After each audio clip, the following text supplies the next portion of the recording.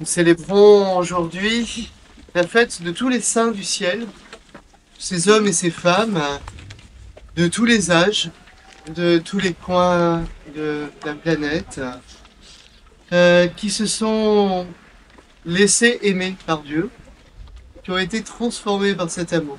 Et toute notre vie n'est qu'une longue transformation.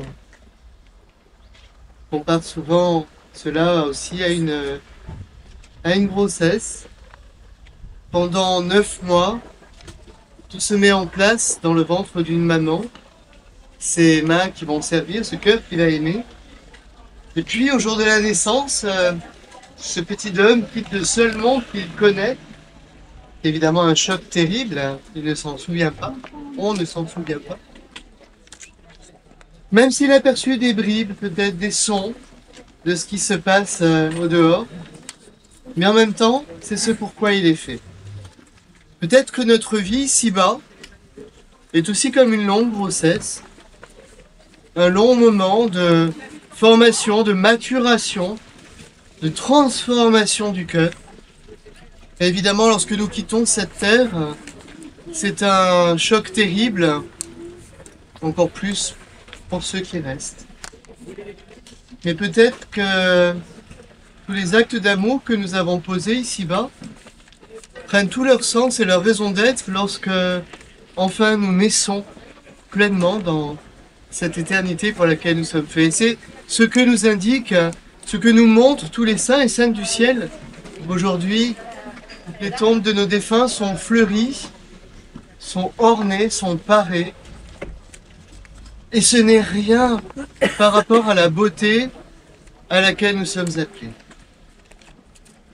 Nous sommes ici cet après-midi avec le cœur lourd, très certainement, parce que voilà, nous portons dans notre prière et dans notre cœur, et parfois nous portons dans notre cœur qui saigne, tous les défunts qui nous sont chers, peut-être des grands-parents, peut-être des parents, peut-être un mari, une épouse, un enfant, un petit enfant. Et c'est ce cœur qui en même temps est chargé de douloureux points d'interrogation, de tant de pourquoi, mais en même temps chargé aussi d'une espérance. Et l'un n'est pas le contraire de l'autre. Un poète écrivait que les larmes du chrétien sont des larmes dans lesquelles peuvent se refléter la lumière. Notre douleur a droit de citer notre espérance aussi. Et c'est la raison pour laquelle nous sommes là.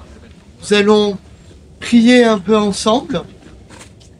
Et à la fin de ce petit temps de prière commun, nous partirons, les prêtres et les sœurs seront répartis partout dans le cimetière et seront à votre disposition pour bénir les tombes de vos défunts.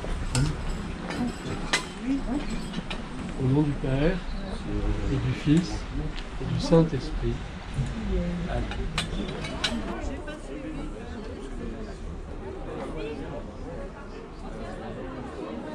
Qui reposent ici, au nom du Père, du Fils et du Saint-Esprit. Amen. Amen.